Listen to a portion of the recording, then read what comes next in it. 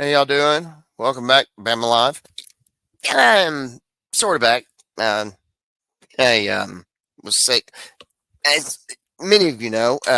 With the we thought it was just pneumonia, but uh, it looks like it was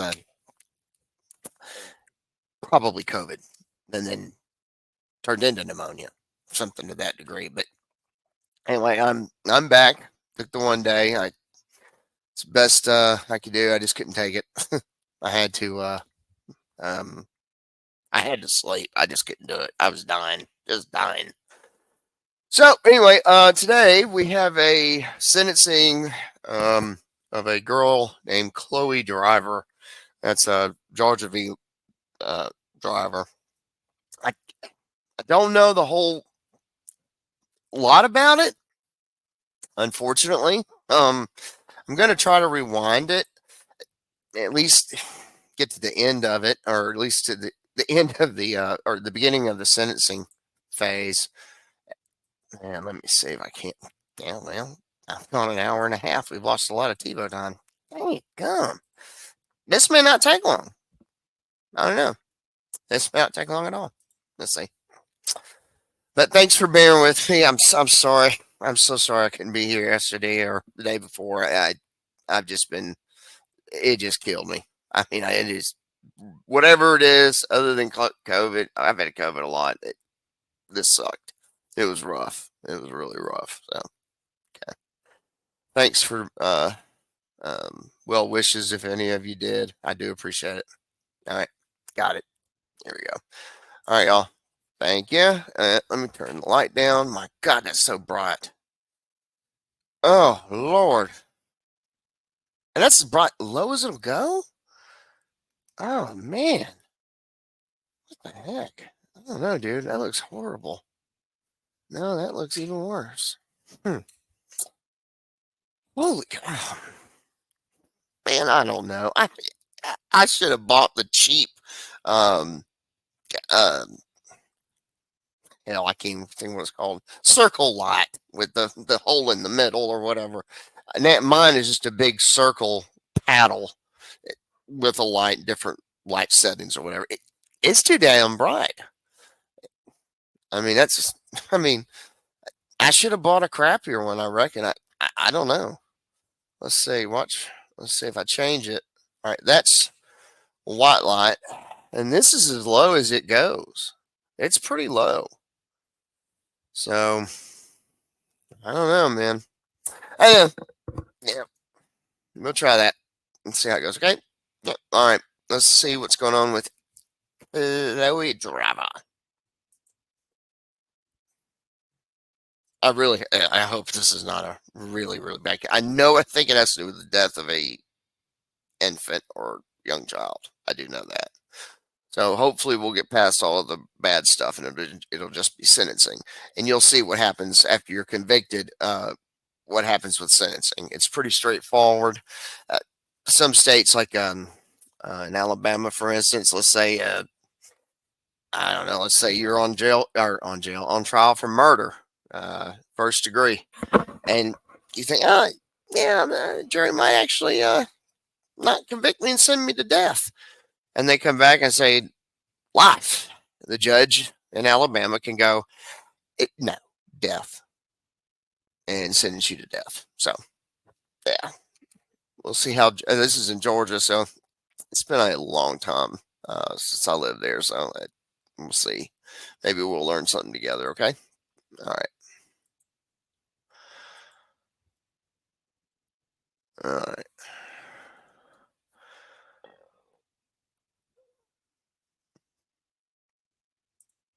Looks like they're about ready to come in. See, I just don't like the way that looks. I'm almost thinking, I almost think I'd be better off with just ambient. Yeah, I'm gonna have to buy a cheaper, crappier light. This is just too good of a light. I mean, look at this. This is insane.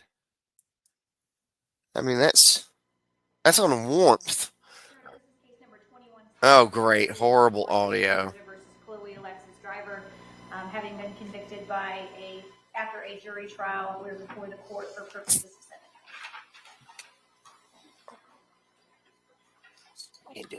All right. I don't even know what county we're in. We are. We're somewhere. Does the state have any evidence in aggravation of punishment? Your Honor, we'd like to present a victim impact statement by the victim's father, and then everything else will just be proper in argument. All right. Why don't you go ahead and tell me what the state is asking for as a sentence in this case? Yes, Your Honor.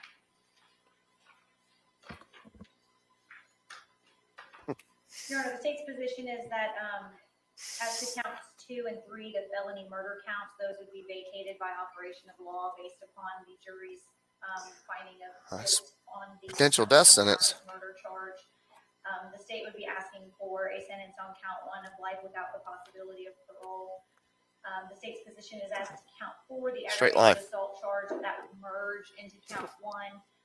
And the state's position is that as to count 5, cruelty to children in the first degree, that carries a penalty of 5 to 20 years, and that would not merge. She should be happy that she's not going to get the death sentence. If she were a dude, she'd be getting death. That's it. I don't care who says what. That's how it works. Women don't get death. Very rarely. And you would think killing a baby, that would do it. No. Man, death. It's inequitable application. Yes, we do. We It is what it is. be arguing that count 5 would merge by operation of law as well, where it alleges the exact same conduct that is contained within count 1. That serves as the basis for the malice murder.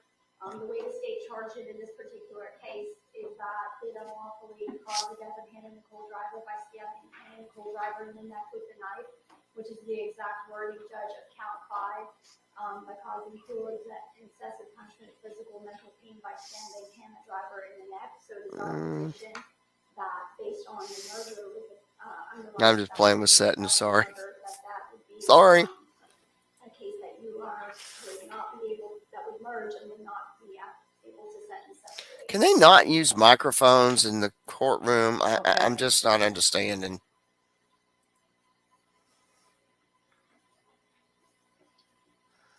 Does the defense intend to introduce any evidence in litigation? We're going to argue, and then Ms. Driver's also going to Stupid thing. This is driving me nuts All right. today.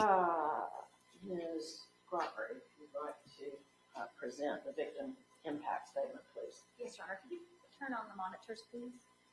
Oh, yeah, here we go. What this is.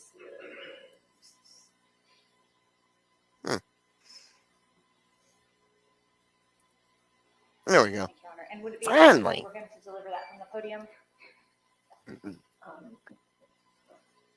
I would prefer the witness stand. Okay. Please. All right. Come on.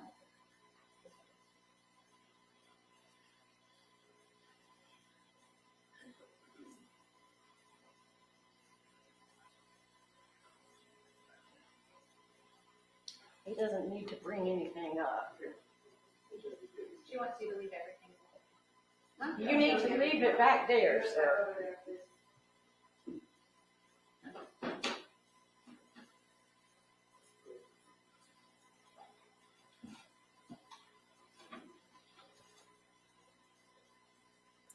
And what moron came up with a hairstyle like that? For both of them. Let's just say that. You can have If you will move the microphone. Yes. I mean, how many? If he uses any more Crisco, you could boil his head in a day as a turkey. You have to talk in the microphone, so it'd be better to sit so we can hear you. Please sit, sir. Yes, all of you need to turn and talk to the microphone, please. Thank you. Doggone it. Can you state your name? Every. Benjamin Eliyahu Ben Michal. Okay.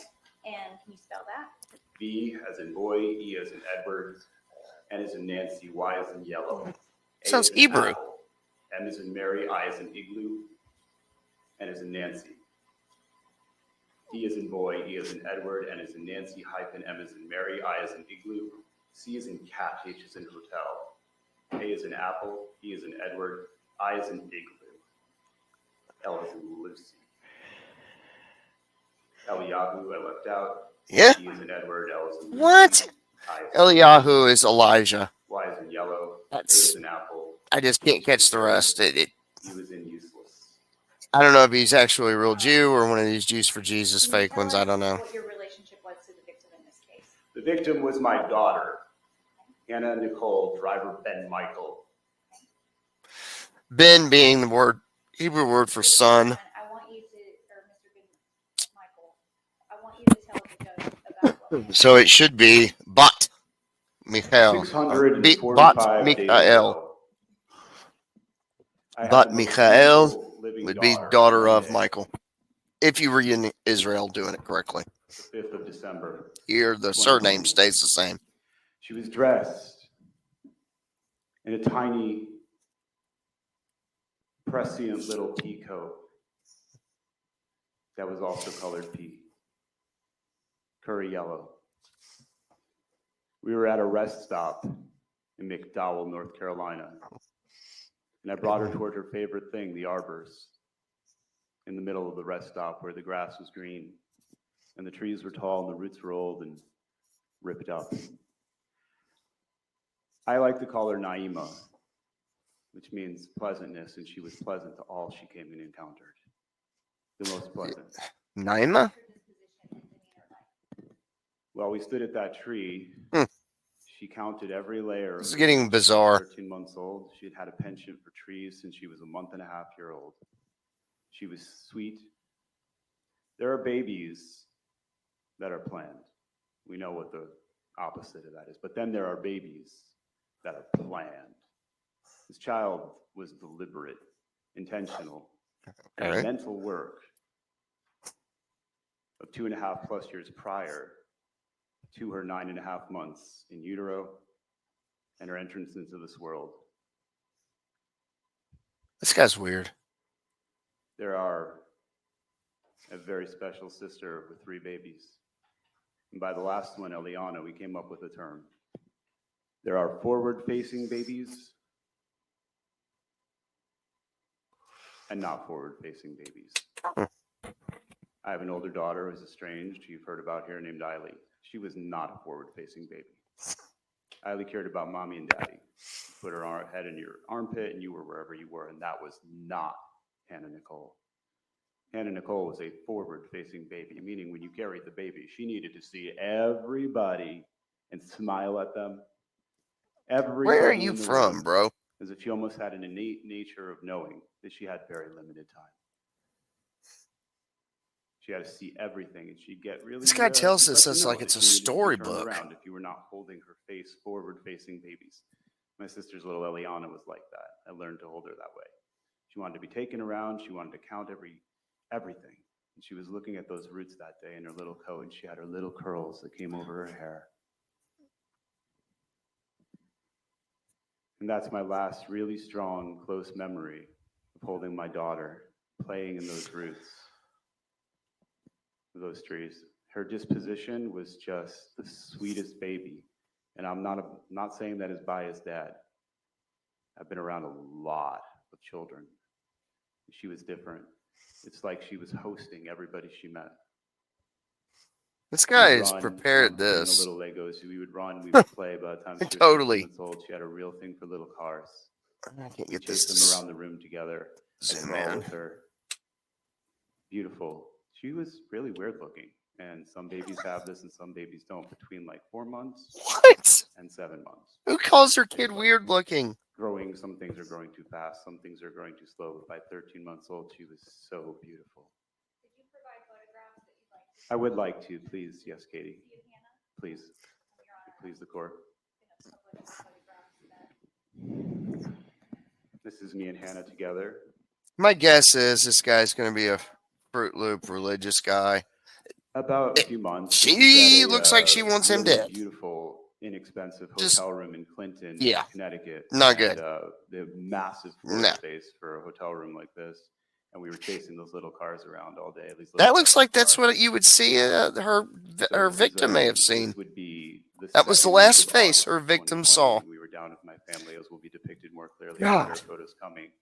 And creeped me my out. brother-in-law, Nathaniel Lewis, and my sister and her 3 children were all here meeting their cousin. This was in, Netanyahu? Like May Bibi? of 2020. This is the sand, the quartz sand of Siesta Key, Sarasota.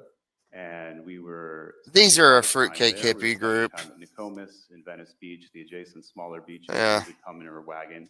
And you can see what she's doing. See, she's not a passive baby. She would grab the handle of the wagon and look at me like it was the most fun thing to get and smile at Daddy at Dover, just to smile into my eyes and say, look, I'm leading the wagon. She'd do it every day. She'd take hold of the handle and say, I steer this. This is my wagon. And this is in Clinton, Connecticut again. And you can see, if you want to see her nature, that's her nature. That's her nature. She was excited and happy and engaging, and she'd come up to you and want to just learn everything. She'd want to touch you and smile. She'd want to get inside you and let you know that you should be happy too. Grandma threw a tennis ball a little too fast. What? Yeah, that's a picture from, you know, a little bit of the weirder period where some of the eyes are growing, things are growing a little too fast and out of line. And I know this is the preferred thumbnail for the court, but you know, since she was looking a little silly.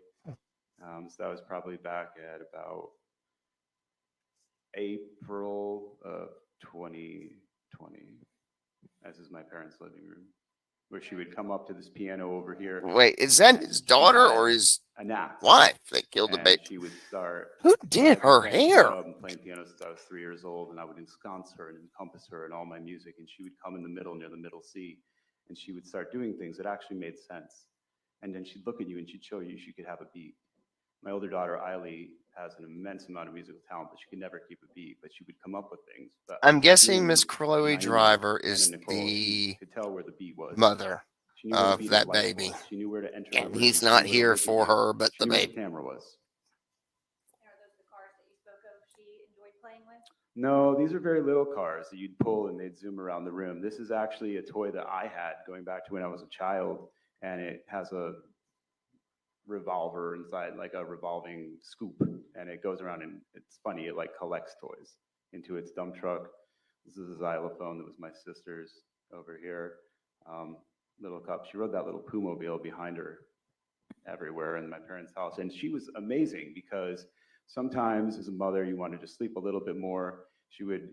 Chloe would go over, Kui would go over, and she would open the bedroom door and lay back down, and she'd thunder down the hallway. She just crawled down because we had this whole area on the second floor, safe, the dogs in the kitchen, the stairs over here blocked, and she had this living room up the hallway to the bedrooms, and you'd hear her. My mom still imagines the beauty of her grandchild thundering down the hallway, crawling thunderously. She'd come and she'd play, and my Eiley couldn't leave her for 3 minutes, even when she was 12, 11 months old. Constant attention, not Hannah Nicole. Hannah Nicole, she got in the living room with her stuff. She'd make a story. You could leave her play in there for 20 minutes. She'd make up a world. She'd put the dolls. She had things that 11 months old, 13 months old. This guy's got like a complete book written. It's like he's writing a book in his head. I don't get it. I can't do that. I just can't. Everything here, Grandma made the entire house her world. That's why we were there. So the purpose of this hearing today is to give the court an understanding of sort of the impact of the actions of. Nobody can weigh the potential of the impact. When you lose Grandma and you lose Grandpa and you were not estranged, you have a life, a rich life lived. You have memories. It's painful. It's a natural process and cycle of life. When you lose a baby, when somebody entitles themselves by whatever precipitation, you can get into the moral philosophy if it is okay or not okay. Do you own your life? Can you take your life? But when you entitle yourself by whatever precipitations, by whatever precipitated your mind, without getting into the weeds, to decide you are entitled to take somebody else's life based on your opinion of whatever kind of mental illness, lack of mental illness, acting, pretending you're in mental illness, overlaying, masking, it doesn't matter. There is no wiggle room where you are entitled to take somebody else's life because of your impression or opinion. They are there to live life and discover what life is for themselves. The impact of losing Hannah Nicole, Driver Ben Michael, cannot be measured. We sat around in the waves of some luxurious beach somewhere for 2.5 years, speaking tenderly to each other, And Hannah is dreaming our Hannah. daughter. That's Before she was Hebrew. born, buying her the highest level Not of but love, not things, Nicole. doting on her. Nobody knows. Deanna doesn't know. Jeff doesn't know. Your Honor, you don't know. Nobody knows. She could have grown up and given humanity cures to things we don't even have diseases for yet. How can you measure the potential? How can you look at a father and say, the image I have of a 5-year-old, of a kindergartner, I lost the potential, I lost the view. The most unplanned child, to the most unprepared parents, is a travesty and a tragedy of the highest order that the parents may never be able to even articulate the pain. Dude's smart. Now you're talking about a baby who was not just planned, but planned. A baby who was meant to put their best foot forward. A baby who was taught to have a moral and cultural consciousness that would give to humanity whatever she could possibly find as her niche and knack in the world. To measure the impact and loss privately, I'm a very hard chat. individual. I've lived a very particular life. Had a in chat. countries that are not here. So what do you Get think? knowledge and find things. I'm not a good model for initial reactions. In other words, I'm extremely stoic. That doesn't mean there wasn't 13 months after, and every private moment when I screeched like a frightened 7-year-old girl, where I sat for 3 months in a van just screaming and screaming and screaming that this woman believed that she was entitled to take my daughter's life out of this world. Oh man, it sucks. So is because it she your? stopped believing in having a moral But is she the consciousness mom? and the duty to help humanity, because she believed the girls who were with us, not that she didn't believe in polygyny, she didn't believe in the girls. Oh, here we she go, believed they were polygamy. reprobate, second class. She believed she put in more energy and people did That's not why they have the reciprocate fake to her, and Hebrew she quit names. around June knew 3rd, 2020, and planned Hannah's death. Yeah. Because she planned to exit the world and take her daughter. Yeah, I knew it. She may have even It happens a abused lot. her.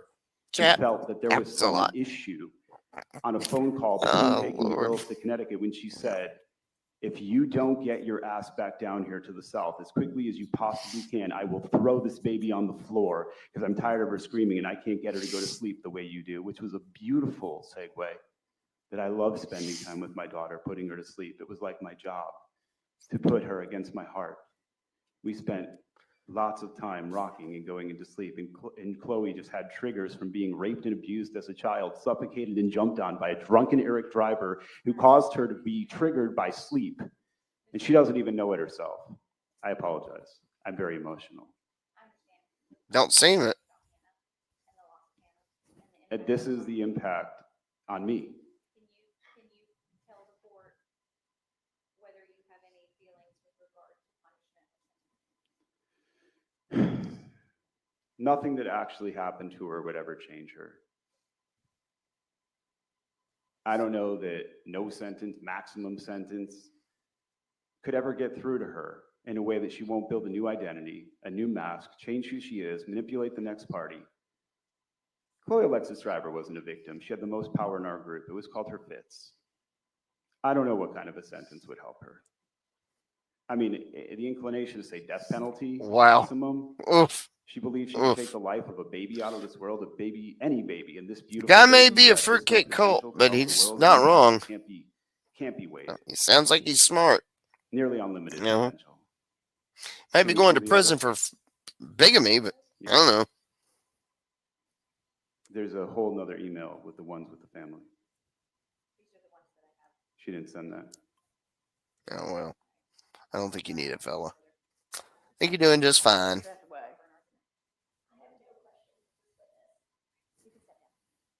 Thank you. There you go. I'd get his ass off, too. Who wears a hoodie under a suit? I guess he does. What kind of glasses are those? Just proper an argument, Your Honor. I'll reserve. All right. Wow, one person? That's it? Lady, you're not going to put anyone on? This is your chance. From what we talked about, the entire 4 years that this case has been pending, what we talked about at trial, what we're here to talk about again today, is that Chloe Driver has never once disputed the events that occurred on December the 8th of 2020. they've always all agreed that I don't know what he's got in his hands. she's never denied or disputed that she killed Hannah. Never been any dispute either, but it seems to be falling on the wayside that Chloe also stabbed herself in the neck 5 times. Damn, you can see the scars in her throat area, guys. Killed herself based on her mental illness. Wow, she had to be off. From the very That's no beginning, doubt about it's that. always been But is that enough to set the standard to have insanity to have a defense about killing a baby? about a young It's highly 17-year-old, doubtful. then Highly 20-year-old doubtful. individual with pre-existing mental health issues involved in an abusive, both physically, mentally, by a man more than twice her age. It has always been about years of abuse, coercive control, and living in this cult mentality that only Yeah, there you go. these mental illness. It is clear from the evidence that came before this court by both the state and the defense that clearly showed that Ms. Driver was suffering from severe mental illness at the time of the crime, that she suffered from the delusions that overwhelmed her and told her repeatedly for months that she needed to kill herself. There's been a documented history of mental illness in her teenage years and prior to the incident that occurred. We also heard about eyewitness testimony from individuals that were with her and experienced her during this time about her conditions and her subsequent deterioration. And that she had been asking for help and communicating this to those immediately around her because she was just getting worse and worse. During the trial, it may not have appeared You know that I can't fix the audio. to the court or to the jury that this case was about Hannah. It's always been about Hannah. We never disputed what happened with Hannah. But the only issue we were here to decide was to talk about Chloe's mental health. She's always acknowledged what her actions were, but it is also about Chloe. As Your Honor is aware, I have been involved in this case since the day that Chloe was discharged from the hospital. I met her on December 22nd of 2020 in the book-in area of the jail on suicide watch in a turtle suit in a room where I had to speak to her through a mail slot. She had nothing in her room. She had but a mat and a styrofoam cup for water. At that time, she was still suffering from her severe self-inflicted injuries, still suffering from her ongoing psychotic episodes, and grieving over the death of her daughter. Over the last 4 years, I have had the opportunity to watch Chloe not only battle her mental health demons and try to grieve and properly observe everything that had happened, but I've also noticed that she has also grown up and matured. I have watched Chloe grieve for 4 years. If she's in the midst of a cult, I'd be shocked if she got a life sentence. The loss of her own family, physically. She ain't gonna get straight life. She might get life though. And any of the life that she had before December the 8th.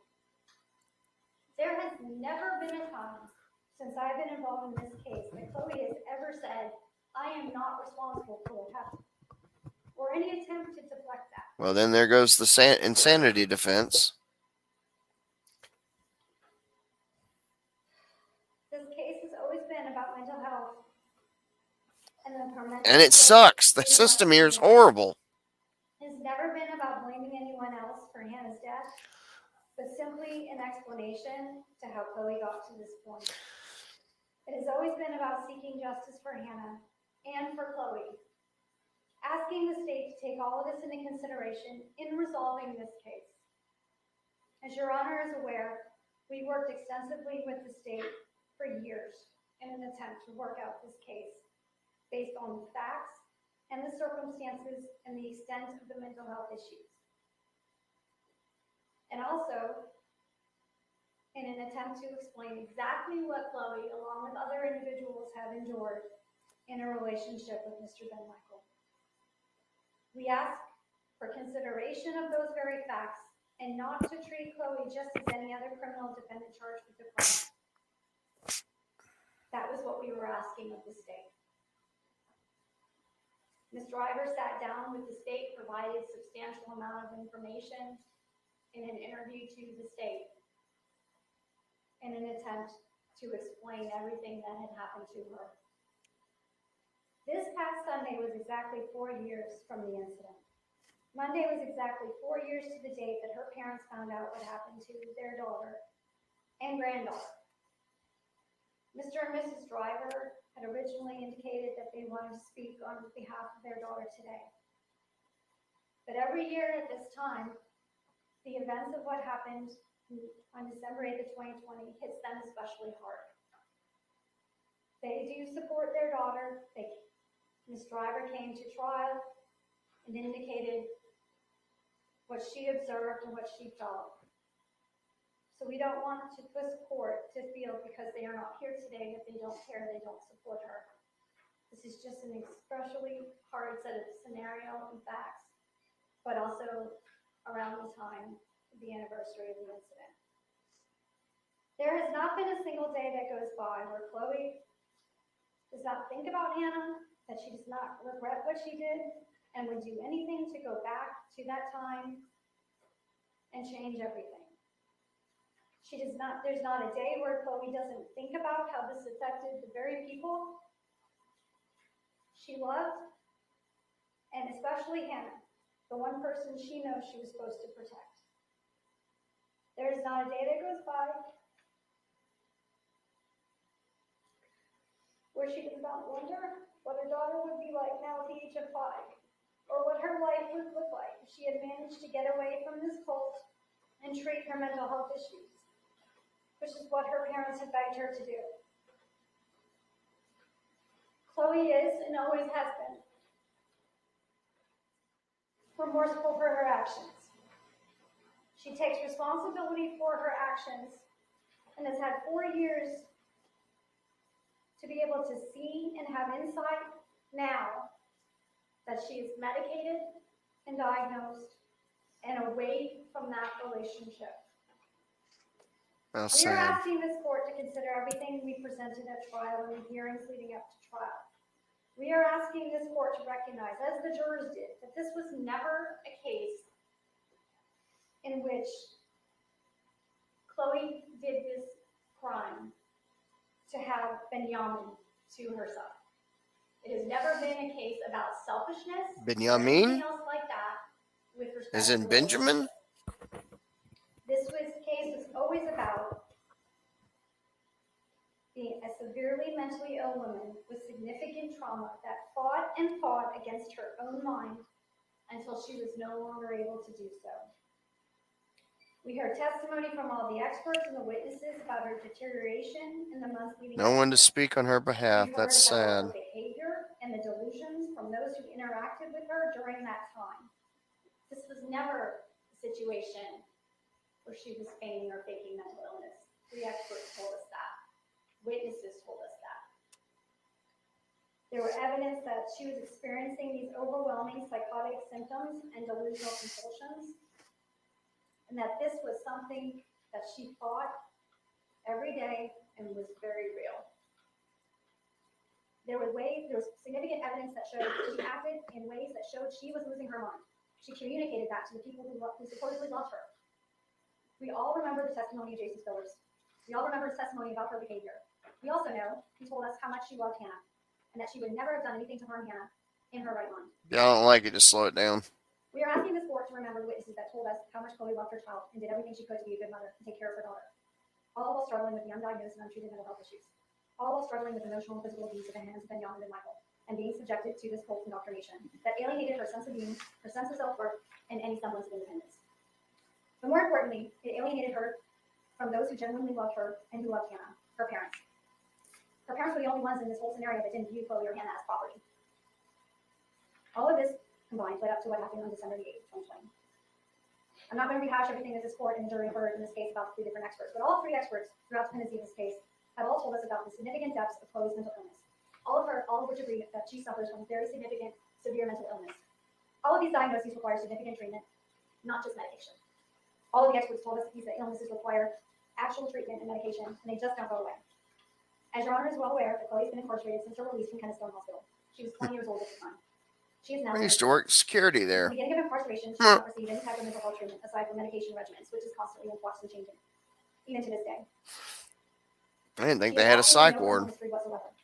We are asking the court to recognize, based on her age and lack of history, that there is opportunity for her to firmly deal with these mental health issues, to become a better They have a person, psych fulfill her floor, I destiny, think, still but be it's a productive small. member of society, all at the same time, injustice for Hannah. We are asking this court to sentence her to life with the possibility of parole. Chloe intends to utilize her time in custody in the Department of Corrections to continue her religious exploration, her education or vocational college training, and better herself. She intends to continue to assess what she needs for mental health purposes and going to continue to take medication so that she doesn't fall back into her previous ways. When I first met Chloe, all she wanted to do was die. She continued to express severe concerns that she would still try to actively harm herself and that she didn't want to live anymore. 4 years later, every day is still a challenge while on medication, but it is something that she is facing head on. She understands that she doesn't need to take those desperate actions, but there are reasons for her to live, and those reasons include being there for him. As Your Honor is aware, life with the possibility of parole requires her to God, she's serve just a 30 years of baby. custody prior to being considered for parole. At that point in time, she will be approximately 50 years old, and potentially without the physical presence of her parents due to their age. It is something that Chloe is cognizant of, but also understands the importance of accepting her punishment. She has always said that she has no issue with whatever happens, and she will respect the decision of the court. And she understands that there needs to be a punishment. She didn't have a choice. I mean, she doesn't have to. Every day. She may not outwardly express it on phone calls, church, text messages. But over the last 4 years, there have been hundreds of phone calls, hundreds of text messages, hundreds of visits with myself and Mr. Kessler. All of which Chloe discusses what happened and is remorseful, is upset, is crying. Your Honor saw Chloe during trial, during the issues of Hannah, and during testimony. You saw her reaction to it today. She is remorseful. She is not without remorse and upset about what happened. She beats herself up about it every single day. She tries to talk with her parents about Hannah in a positive light to keep her memory alive, and wonders what would happen if she had just done something different. Justice for Hannah in this case includes a sentence of life with the possibility of parole. It's after, from Georgia, I think it's after 25 or 20. Punishment and deterrence. She can be treated, well, likely with only medication in the Department of Corrections, but there are other opportunities for her to avail herself, to rehabilitate herself. And we are asking the court to give her that chance. And we are asking that you sentence her to life. I used to send her to the mental hospital in Milledgeville or GMHI in I'll let the Atlanta. state argue, and then I'll hear from the driver. I mean, they've shut those down. Thank you to the government. One thing we need. It's necessary, but in response to Ms. Trethewey and her commentary about trying to work this case out with the state prior to trial. The state has always offered the minimum sentence on murder, which was life with the possibility of parole. The state extended a plea offer for her to plead guilty but mentally ill to life with the possibility of parole. That was our plea offer and has been our plea offer for a very long time. The law does not permit the state to deviate from a life sentence for murder, and that was the minimum sentence that could have been offered. And that's what the state offered in anticipation of trying to resolve this case to spare everyone the trauma and burden of having to go through this trial. That was an offer that Ms. Driver chose to reject. Secondly, Your Honor, I would like to remind the court of what we saw in the pendency of this case. Ironically, most of the emotional impact of the consequences of her actions came from people who didn't know Hannah, came from people in this community who had to respond to the consequences and gravity of her actions. We saw police officers, grown men, who silently wiped their tears from that witness stand as they had to relive that child dying in their arms. We saw grown police officers clearing their throats to try to maintain their professionalism and composure as they had to relive the weight and gravity of what she did. We saw the jurors openly weep for that child as they had to watch that body cam video of her life slipping away and had to watch the autopsy photographs of that baby and the manner in which she was slaughtered by her mother. Oh, To watch those people weep and have she a getting visceral life reaction to having to see that child in that way. And without something parole. that was done by Chloe Driver. Ms. Trethewey indicated that this was because She's of getting the her LWAP. undisputed fact that She's she's getting not LWAP, not straight She's above life. average intelligence. She's perfectly competent. She's medicated. She's receiving care. Ms. Trethewey stood before you and said she regrets this every day of her life, and she doesn't necessarily openly express it in her chirps or in her phone calls. And I suspect what she's referencing are the chirps that the state served on the defense that she was sending during the course of her trial. During the course of her trial, where the rest of us were dealing with the burden and the weight of having to advocate on behalf of that child, she's going back to the jail every night and having phone sex with her boyfriend, talking about what size penis she likes, how she likes rough sex, how she wants to be treated like a rag doll, how she wants someone to ejaculate. Wow. We are all having to watch people fall to pieces over that tape in this courtroom. And she goes back to the jail and can't wait to have phone sex. It demonstrates what we know, which is a complete callous indifference for the life of this child. The one person who should care about her. What is very clear is that Hannah She Nicole need an Brown, 13 years old, OnlyFans, she could maybe. experience fear, she could experience pain, and she knew that that was her mother. And in the last moments of her life, that's what she got to experience. Panic. Fear, pain, and panic. As a knife was repeatedly plunged into her body. And the Wow. fact that the woman responsible for that action, in the condition she's in today, can go back to the jail after watching her child in that condition and send shirts such as, "I'm stressed, talk dirty to me," is appalling to the state. And it should be appalling to this court. And it demonstrates that she has absolved herself of any responsibility in this and not taken responsibility for the consequences and the weight and the gravity of her actions. It should be really clear to her at this stage what she did and what the weight of that is. And instead, she continues to behave like that. She continues to behave in a way that demonstrates she doesn't get it. She doesn't appreciate what she has done.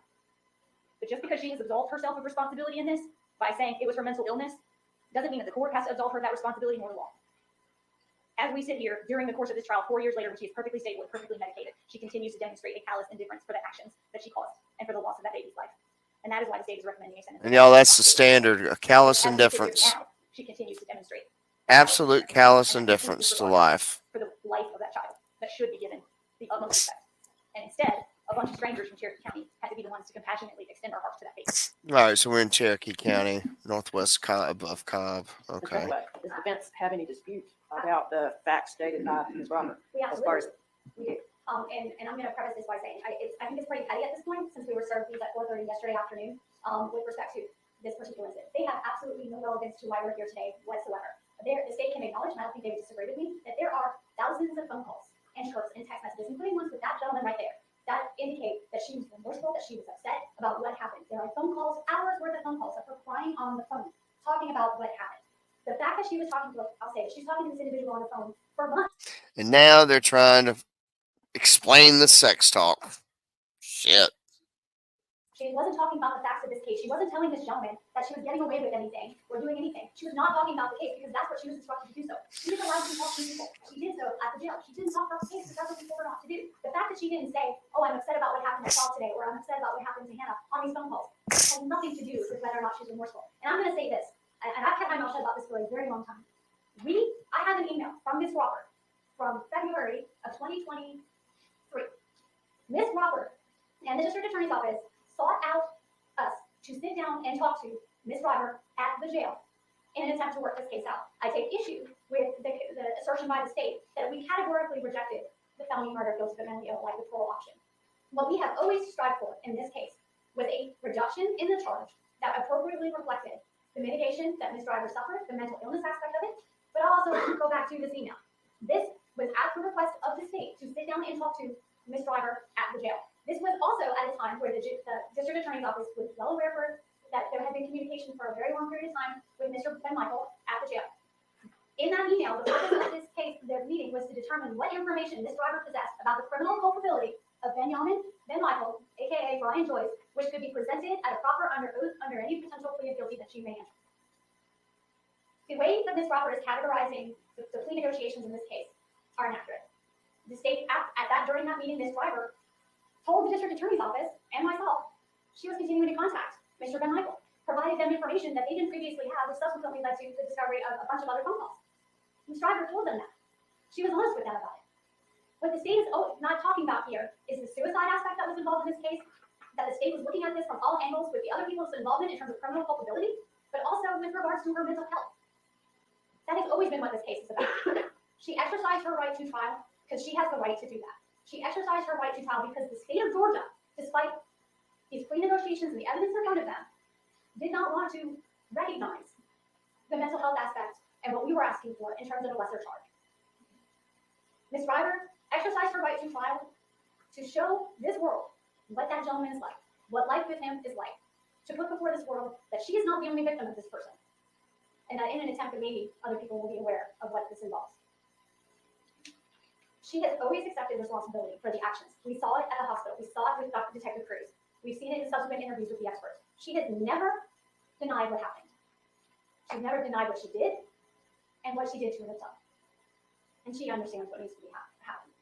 At this point in time, Judge, the fact that she's talking to another individual is irrelevant. She's allowed to do that. They're not talking to you about any of the phone calls where she may be talking to her parents about what happened. There are plenty of phone calls where she's on the phone with her mom and her dad, hysterical in tears about what happened and knowing what it did to them and to everybody else that is affected by this.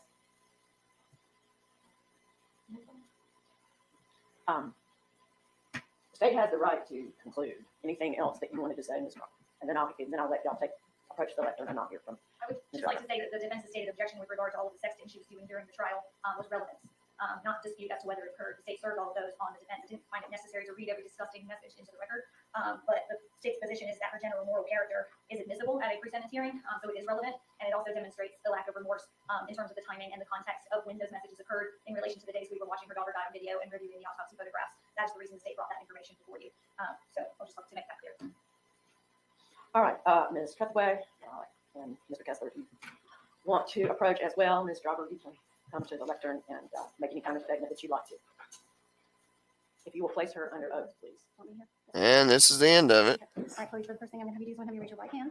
Do you swear the information testimony you're about to give this court will be the truth, the whole truth, and nothing but the truth, so help you God? Okay, you're going to have to speak up. I know that you're fairly soft-spoken, so. All right, go ahead. I appreciate the opportunity to be heard during this whole process. I am terribly sorry for many things in my life, but most of all for who was lost, and I always will be. Every single day I live with my guilt. I've drowned in sorrow and regret with such acute awareness of it for so long, I never imagined there would be anything more than that for me. Quite frankly, I didn't believe I deserved anything more than just that. In the past, I genuinely believed I had to die every day for my daughter, to hate myself for my failure in protecting her. But I know now that life goes on whether I suffer or not, so I need to stop taking from it. I know now that I must live for my daughter instead and do the best I can to be kind and loving and giving, because that's exactly what being with Hannah taught me. I see her everywhere, in everything. She lives on and shows me that beauty can be found anywhere, even where I'm going, because I can feel her in my tears. I feel her in my friend's embrace. I see her in a stranger's kindness, and someone's undiluted joy of seeing their loved one. I hear her in people's laughter, and I know her most of all in my family's loyal love for me, even still. Chat, that's what they all No matter say. how bad our losses, life can be good again, and this is not my end. I accept my punishment with peace. And I want just to be known hate for that every she person was I in a pray to. cult. That Our Father has sucks. heard you, and I have been given a contentment that the world cannot take away. My daughter's memory rests now, so I am able to as well. I want it to be said that no one ever plans to lose control of their own mind.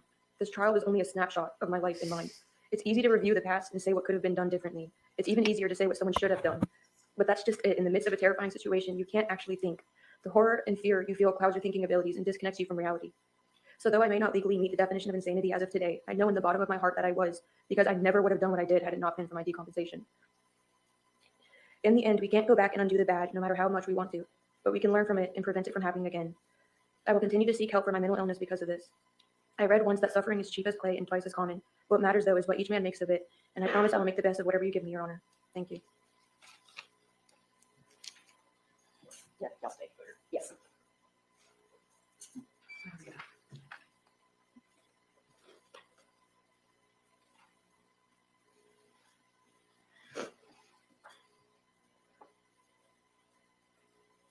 I have continued to think about this case after the verdict, as I am sure all of us have.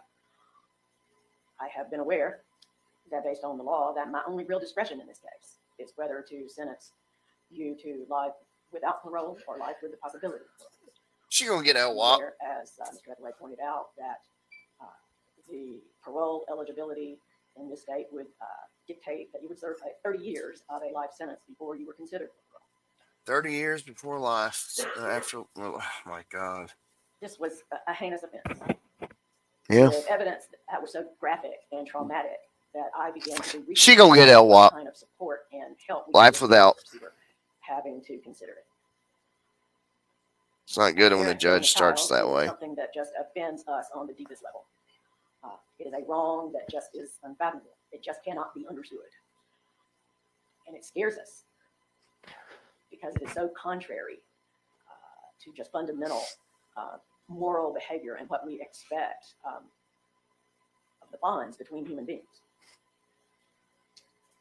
And I have all those thoughts. I have had all those thoughts in this case. I noticed throughout the trial and considered it as part of the tragedy, quite honestly, that there were really no family members here to support you, and that Mr. Ben Michael was not here interested in the outcome of what was going to happen to his child, the person who killed his child. that was a very interesting dynamic to me. So I'm glad to see him here today. You don't need to speak to me at this point, sir. Your opportunity to speak has come and gone.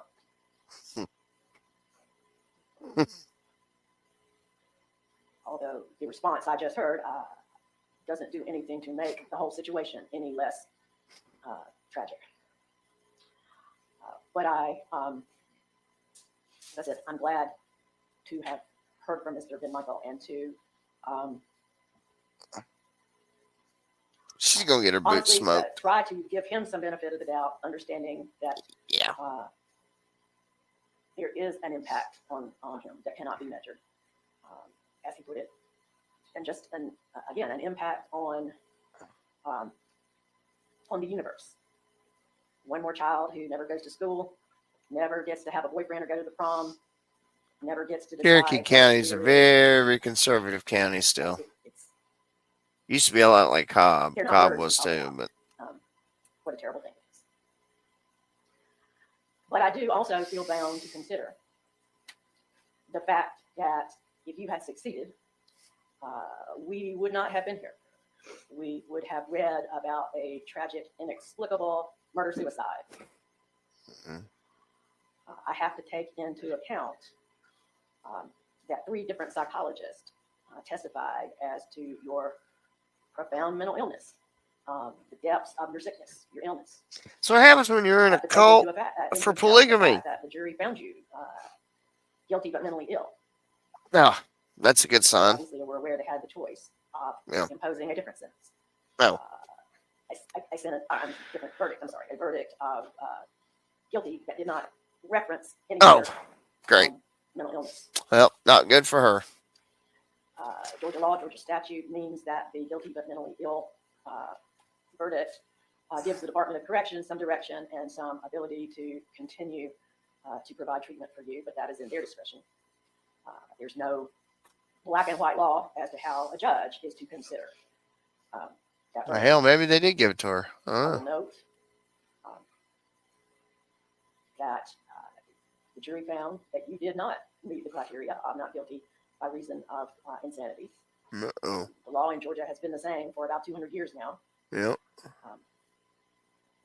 Whether or not that ever changes because of changes in medical and societal understanding of mental illness and how to treat it, I do not know.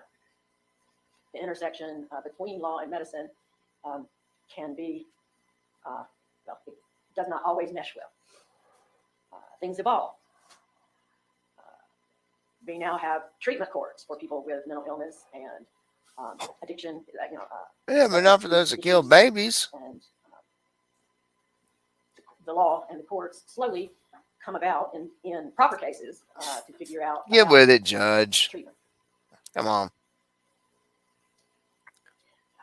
I don't quarrel with the jury's verdict. I don't impose this sentence out of sympathy.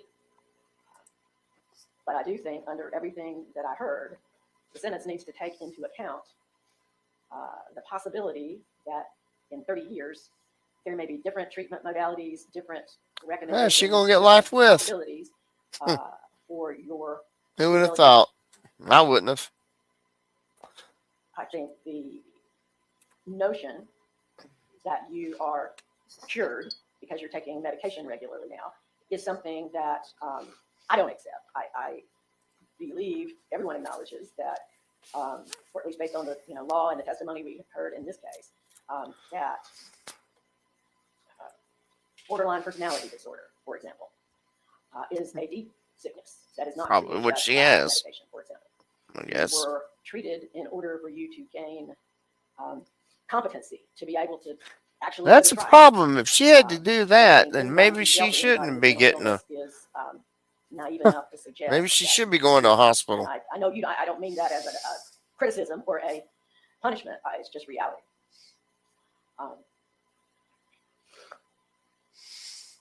You did a horrible thing. I would say Based so. on the evidence at trial and based on particularly the mental health testimony, the court will impose the following sentence as to count 1, malice, murder. life in prison with possibility of parole. I thought so. Count 2 and count 3 are vacated as a matter of law in that you cannot be sentenced to more than one murder count when there is only one victim. Count 4 merges into count 1. I agree with the state that count 5 does not merge into count 1 as it contains a different element. That is that the victim is a child under the age of 18. That is not an element of malice murder specifically. So as to count 5, the court imposes a sentence of 20 years to serve in the state prison system concurrent with count 1. CC means at the same time. Appeal this conviction. You have a right to file a motion for new trial requesting. Looks like she's gonna serve 30. You must file any such, Or she notice gets of appeal parole. motion for new trial within 30 days. She'll be in her 50s. You are entitled to have a lawyer represent you, and if you cannot afford to hire one will be appointed to represent you. I know. I don't know what's- Mr. Kessler are familiar with the. I don't know what- Of our indigent defense office as to how. I don't know what that's gonna fix. I would request that that Senate, that the council will remain with us, and we will keep Ms. Driver. We can keep her here to get the prepared, reviewed, signed, and get that taken care of before Ms. Driver is taken away from the jail. Oh, the holding cell. Yes. All right. Thank you all. Thank you. Well, that's it. That's a sentence. That's exactly how that works. It's about that fast. Her life is now over. Of course, so is the baby that she murdered. So, yeah, it sucks. All right, y'all hit like, subscribe, let me give me some comments. All right, we'll see y'all later. Bama Law out.